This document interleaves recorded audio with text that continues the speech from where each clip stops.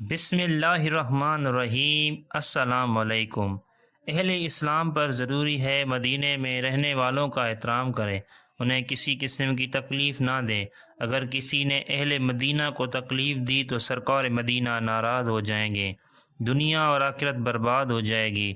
حضرت سعد رضی اللہ عنہ فرماتے ہیں، رسول خدا صلی اللہ علیہ وآلہ وسلم نے فرمایا، نہیں مکر کرتا مدینے والے سے کوئی مگر گل جاتا ہے جیسے نمک پانی میں گل جاتا ہے۔ جس نے بھی مدینے والوں پر ظلم کیا وہ برباد ہو گیا، اس کا نام و نشان مٹ گیا۔